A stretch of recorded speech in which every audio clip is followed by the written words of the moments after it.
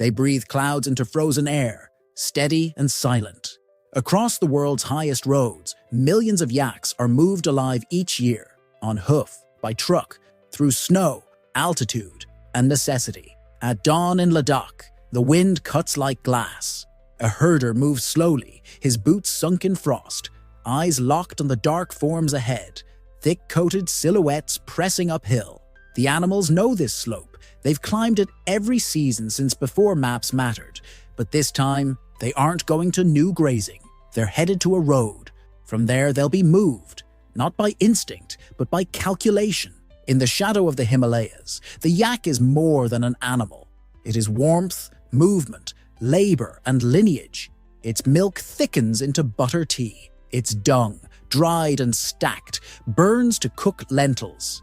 Its strength pulls sledges, carries bricks, and hauls grain across frozen streams.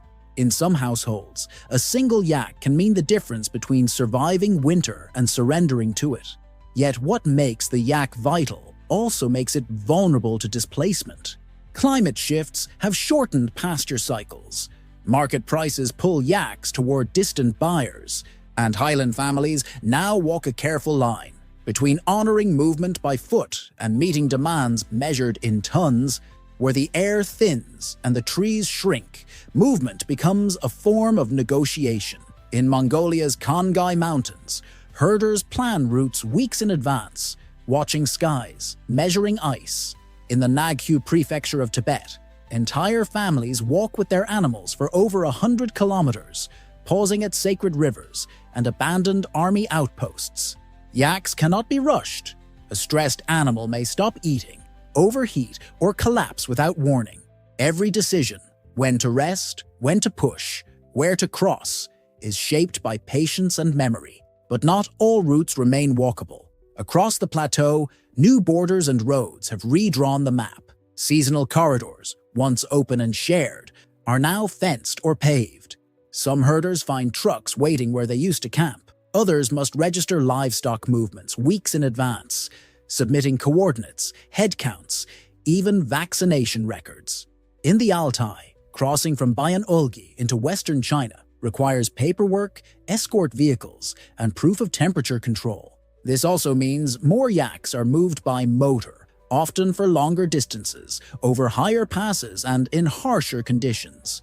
Moving live yaks at altitude isn't just hard, it's dangerous. Their massive lungs, adapted for thin air, are sensitive to humidity shifts. Their dense coats trap heat, a liability inside steel vehicles under sun. If loaded too tightly, they panic. If left too loose, they fall. Trucks must be modified. Slatted sides for airflow, rubberized floors to prevent slipping, salt-resistant frames for icy spray. And still, risk lingers. In one stretch between Gansu and Tibet, a single delay in December cost 30 animals their lives when road closures trapped a convoy for 48 hours. There is a rhythm to the old paths that machines cannot replace. Yaks raised for foot migration learn the trail, not just terrain, but pace. They know when to stop, where to drink, what snow is safe. Herders read them like maps. A flick of the ears, a change in breathing, a tail held stiff, signals fatigue or fear. These signals don't translate inside a truck, and so even as more yaks are shifted by engine, thousands still move the ancient way, one foot, one ledge, one breath at a time. Some animals aren't even headed to sail. They're on loan, sent to breed, restore genetics, or maintain grazing agreements between families who've shared bloodlines for generations. These exchanges often happen across terrain machines can't reach. In Bhutan, yaks cross through forest bands so steep that pack animals slip and must be led by rope. In Ladakh, they follow tracks etched by hoof and hoof alone. These are not relics of the past. They are how the system stays alive. And that system, built on snow, labor, and astonishing resilience, is bending. Not breaking, but bending. Fewer young people choose this life. Roads tempt with speed. Phones buzz with prices. Some families now split roles. Elders walk the yaks, while sons handle shipments, inspections, negotiations. The yak still moves, but who moves it and why changes with the weather, the fuel cost, the market in Lhasa, the snow line in Qinghai. In this shifting high-altitude theater, where migration meets motor, every transported yak becomes a quiet act of coordination, a decision made by people who still look first to the sky, then to the trail, and only then to the engine. In a depot outside Jining, steel doors hiss open. Inside, 60 yaks stand in modified stalls, their breath visible in the cold, controlled air. Each stall is padded, ventilated, slotted to allow side-view monitoring. A soft hum rises from the floor, pressure sensors working to maintain oxygen levels. This is not a livestock truck. It's a rail car built to move muscle, instinct, and ancient biology through the sky-high arteries of Western China. The Qinghai-Tibet Railway, once called an engineering impossibility, now carries animals bred to walk, but moved at speed.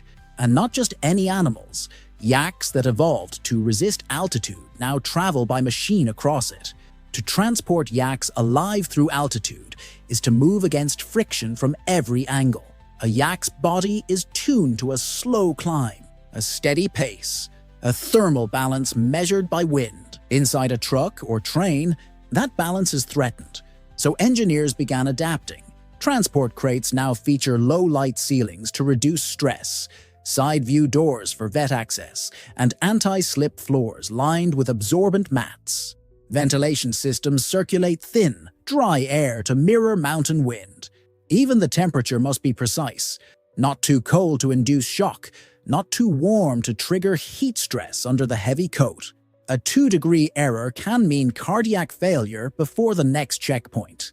On the roads that wind through Qinghai, Gansu, and the Himalayan foothills, drivers work in pairs, sleeping in shifts, watching for warning signs. One driver handles gradients. The other monitors the load, watching for restless movement, abnormal breathing, or the telltale smell of distress. When animals must be unloaded en route, portable pens are deployed with slope-locked legs and insulated panels. Feeding is controlled. Salt is limited. Water is offered gradually to avoid gastric shock. A yak that stumbles while being reloaded can be lost, not to injury, but to panic. Yet trucks remain only part of the picture. Across Mongolia, Bhutan, and remote parts of Sichuan, foot transport is still dominant. What changes is how it's planned. Drones now scout terrain days ahead of a move, sending real-time video to herders for route adjustments. In Nepal's Mustang region, solar-charged GPS collars help track herds during seasonal crossings, signaling deviations that might suggest predators, rockfall, or exhaustion. Herders use phones to share information across ridgelines. What water source is frozen, what trail is washed out, where a wolf was last seen. Technology doesn't replace instinct, it amplifies it. When yak movement becomes commercial, scale shifts everything.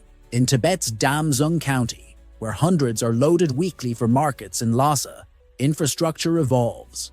Loading ramps are carved into hillside contours. Holding pens mimic mountain pastures. Open air, shaded, quiet. Even truck tires are modified with pressure-adjusted treads to grip glacial gravel without sinking. There are no paved shortcuts at 4,000 meters. Every kilometer must be earned, by torque, by traction, by trust. Some yaks, however, are not headed to dinner plates. They move under research programs, breeding agreements, and climate resilience initiatives.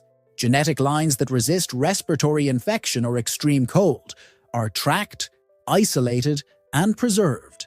In Ladakh, select yaks are walked or driven to crossbreed with highland cattle, aiming to develop hybrids that can survive where both parent species would struggle. These animals travel differently, tagged, monitored, fed on fixed cycles.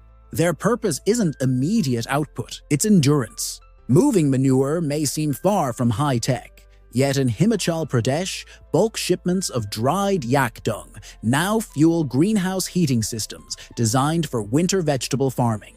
Bundles are wrapped in breathable mesh, stacked in flatbed carriers, and delivered to altitudes where other fuels are either unaffordable or forbidden. Even in transport, waste becomes warmth, and that warmth becomes yield, and that yield becomes independence from snowbound hunger.